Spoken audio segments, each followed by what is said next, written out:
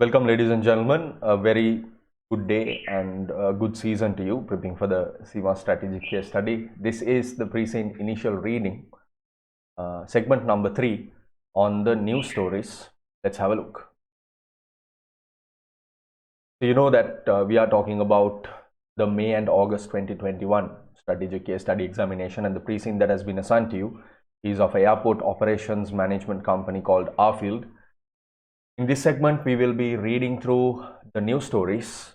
The idea is that the pre-scene uses the news stories to kind of give us more context around the kind of things that can happen, the kind of interests, the kind of various stakeholder opinions around the case study.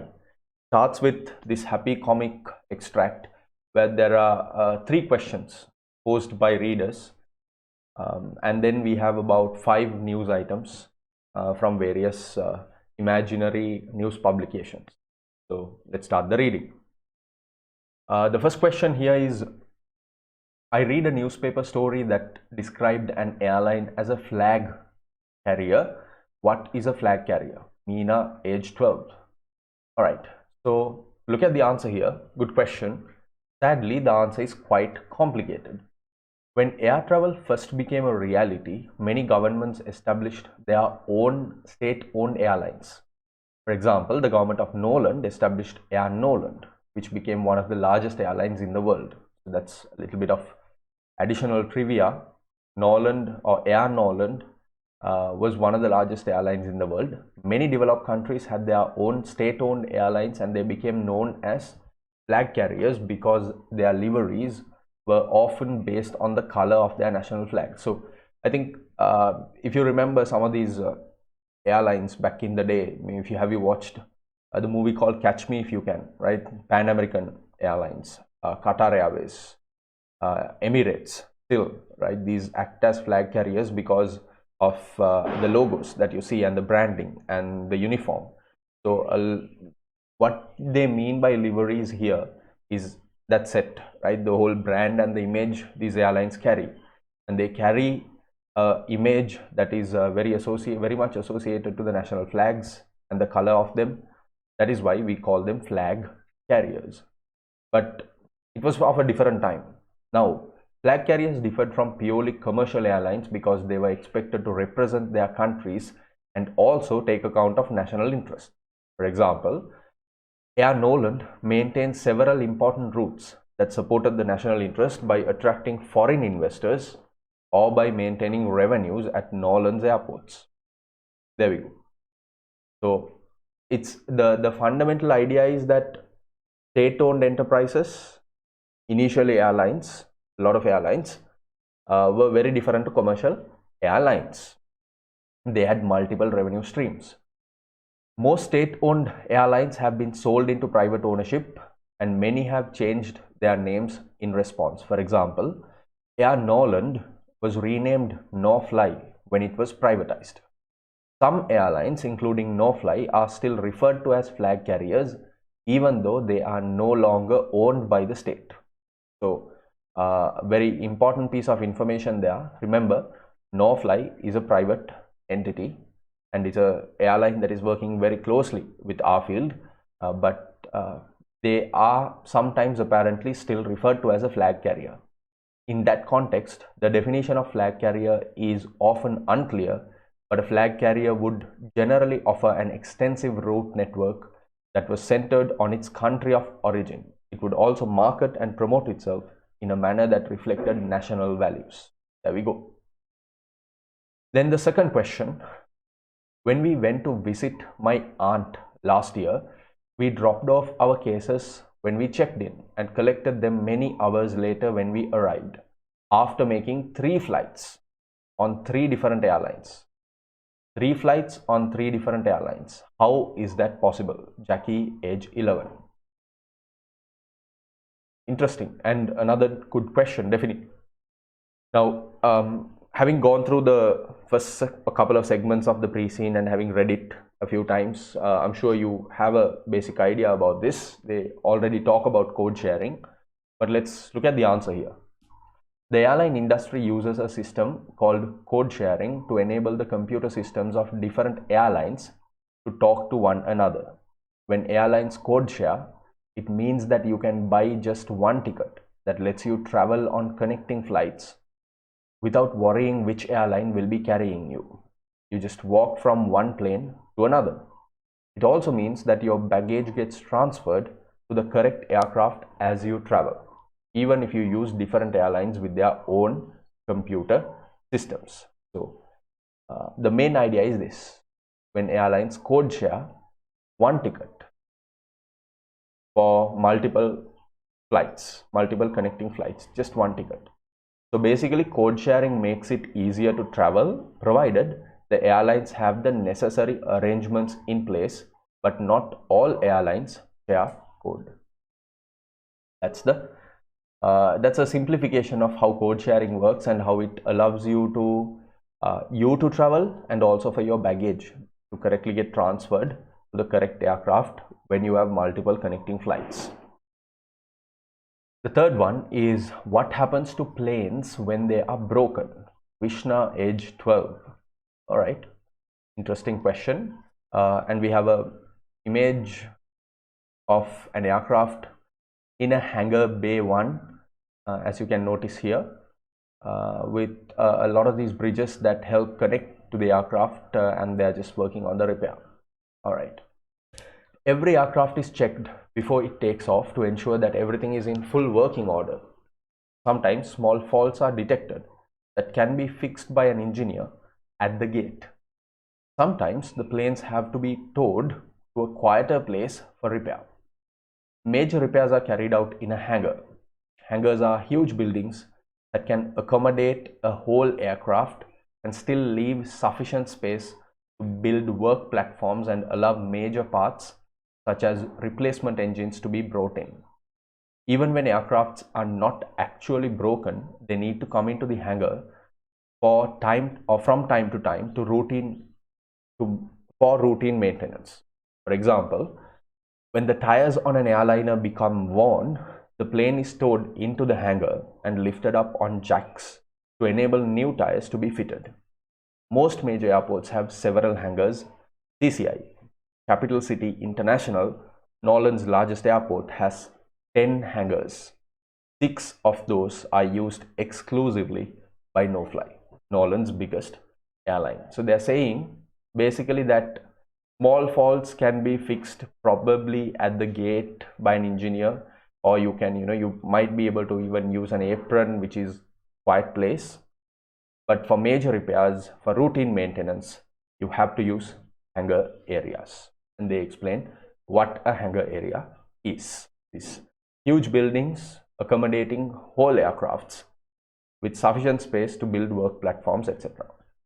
You have a good image here. And that is the end of the happy comic extract. That is part 1 of the news stories. Let's take a look at part 2. Nolan Daily News. Don't spend all your holiday money at the airport. Interesting. Let's go through this. Airports often feel like shopping centers that just happen to have runways. If any of you have flown through major airports, I'm sure you agree with this feeling that they actually, after you check in and you go through airport security, you enter airside and the lounge and the retail side. After you enter that, you're basically like in a massive shopping mall. Doesn't really feel like an airport. Retailers are very conscious of the large numbers of passengers who have both time and money to spend while waiting for their flights. Transit passengers may have hours to wait before their connecting flights, and even those who are making a direct flight will have been advised to arrive at the airport at least 2 or 3 hours before their departure time. Most large airports set aside large spaces in their departure lounges for retail. Most are designed so that the only available route from the security area to the departure gates winds through the duty-free shopping area. So the only route is through the duty-free shopping area. These are brightly lit and fully staffed, even in the early hours of the morning or late at night. Prices are often slightly lower than usual because most countries waive sales tax for international passengers, making them duty free. And so the goods on sale may be slightly cheaper when compared to their normal retail prices, although some retailers increase their airport prices in order to benefit from a higher margin. It is possible to buy a wide range of goods at the airport, ranging from inexpensive gifts and souvenirs to electronics and designer clothing. And the retail opportunities usually continue from airport security all the way to the departure gate, with a mix of shops and catering establishments that capitalize on passengers' needs for a snack or hot drink while waiting for their plane. So sometimes it feels like when you're reading this, it just feels like, the time, right, the pressure on passengers always be in the airport 2 hours before the flight or 3 hours before the flight, transit passenger waiting time. All of this is kind of a design to improve their retail sales. Doesn't it feel like that? Sometimes it really does. So don't spend all your holiday money at the airport. Moving on to news story number 3. Nolan Daily News reports 15 minutes of peace every day. 15 minutes doesn't seem like a big amount of time. Let's see. The Bakers are keen gardeners and their children love to play outdoors, but they have to spend their days inside their homes with their triple glazed windows shut on even the sunniest of days. This is because their home is roughly a kilometer from the end of runway 2 at Capital City International Airport. Wow. So the Bakers seem to be going through a little bit of challenging experience, even with their triple glazed windows, because they are at the end of a runway at CCI. An aircraft flies low over their house every few minutes. The resulting noise varies according to the type of aircraft, but the bigger planes can make their whole house vibrate.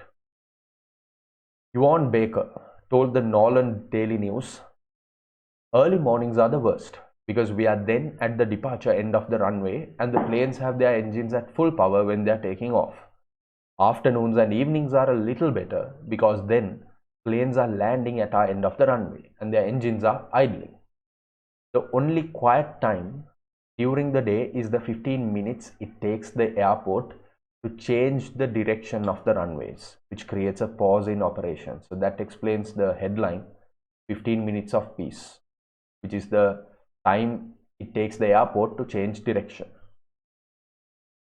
A spokesperson for CCI, Capital City International, admitted that aircraft noise can be a serious issue for local residents, but pointed out that the airport takes noise abatement very seriously.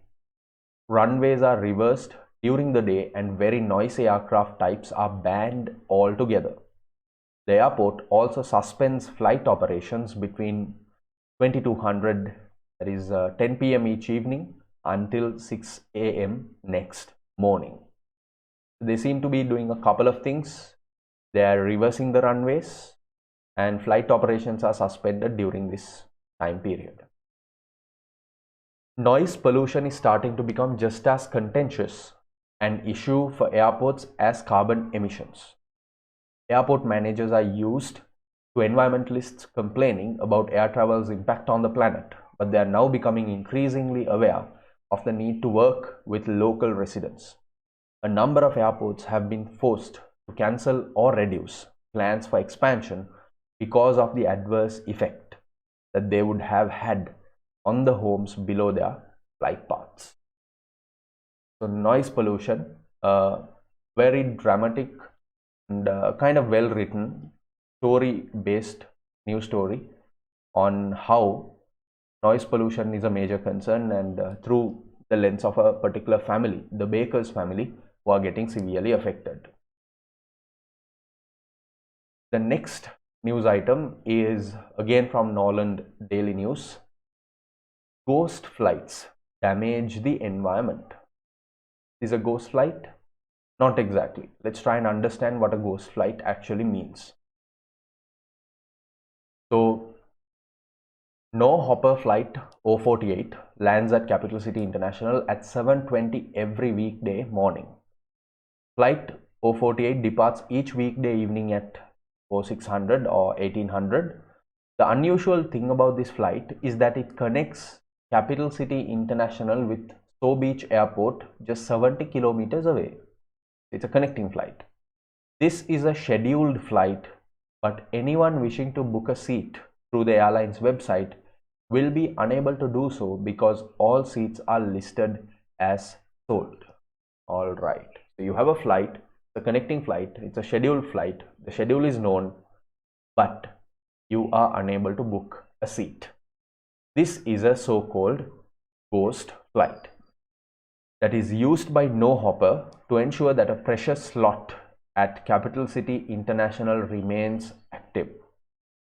The airline was forced to suspend its regular weekday service from Eastern Regional Airport for 2 months because of problems with aircraft availability. The only practical solution was to replace that service temporarily with a scheduled flight that counts as using the slot, even though it never carries any passengers. In practice, an aircraft that would normally be parked at Capital City International overnight is flown to Sow Beach Airport and returned next morning so that it can be used for the rest of the day on its normal passenger carrying duties.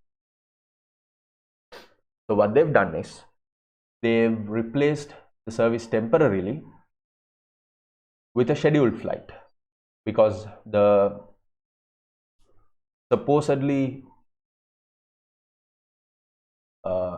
the aircraft that was supposed to fly has problems with aircraft availability. So because of the availability problem, they've replaced that slot, at least for now, with a ghost flight. Environmentalists oppose the practice of ghost flights even when they cover only very short distances because takeoffs use a great deal of fuel and create significant emissions and noise pollution. However, airports insist on cancelling slots that are not kept in near constant use. Airports lose revenue when airlines are not paying landing fees and their passengers are not spending money in the duty free. So there is a little bit of a concern, right? If you're using a ghost flight, you're going to lose revenue because passenger footfall to the airport is less. But you cannot not use a slot either, because if you don't use it, airports might cancel the slot and withdraw it. So ghost flights are used as a tactic to retain a slot. And that brings us to another news piece from Norland Telegraph. Norfly switches Southern Hemisphere flights to CCM. So a particular airline, actually the largest airline in Norland, has switched Southern Hemisphere flights to Capital City Max. Let's see. Norfly, Norland's largest airline, has announced that it plans to transfer long-haul flights from Capital City to destinations in the Southern Hemisphere to Capital City Max Airport. That will free slots at CCI, Capital City International, to increase the frequency of services to destinations in Farland.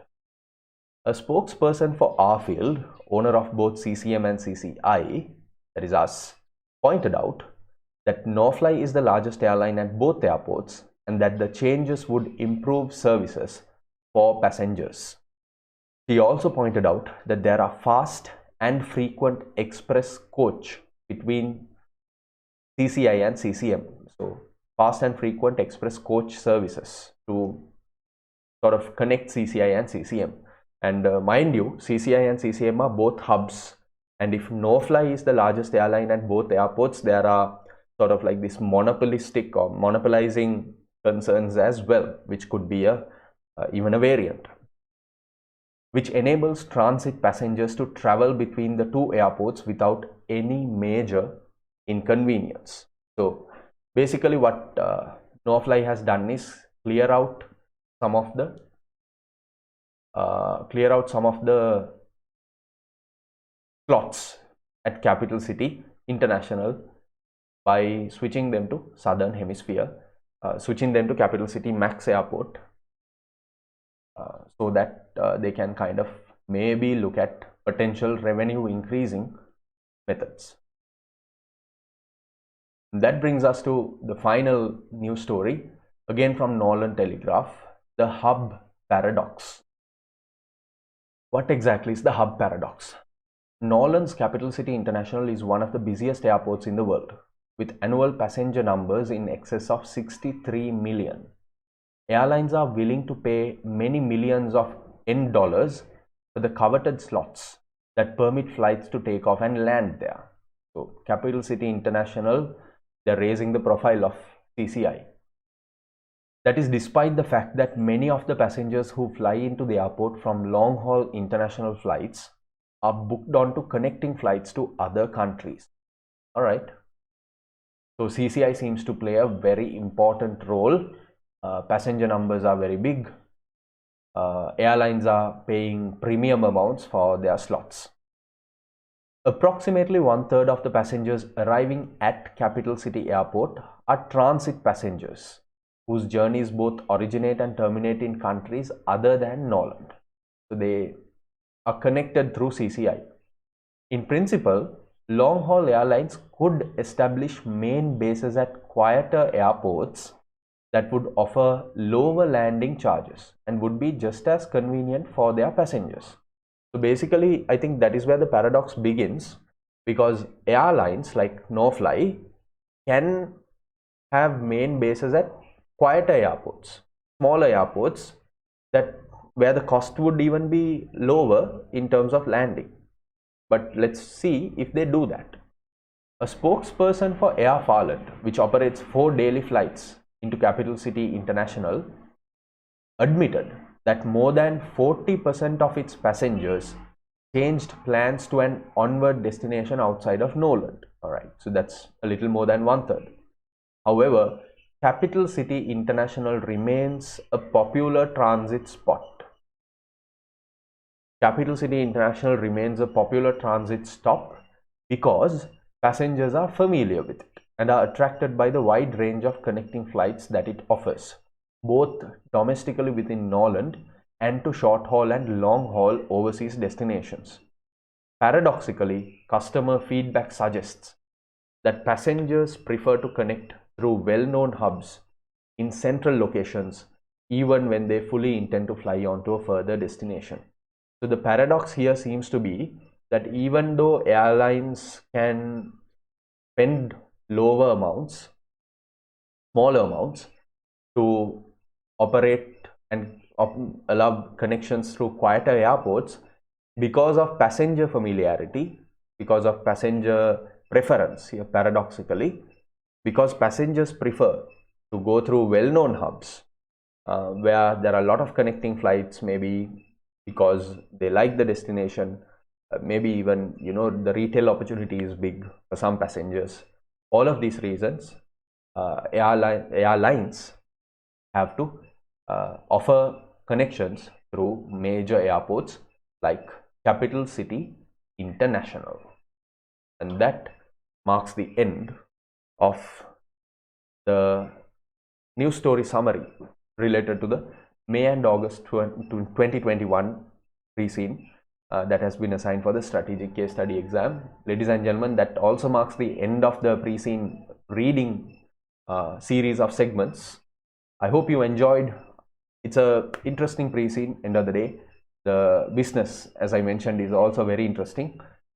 Many of you might relate to the experience overall, so I sincerely hope that you enjoy the experience reading it, even reading it with me. Thank you for joining the session. All the very best, and stay safe. Happy learning.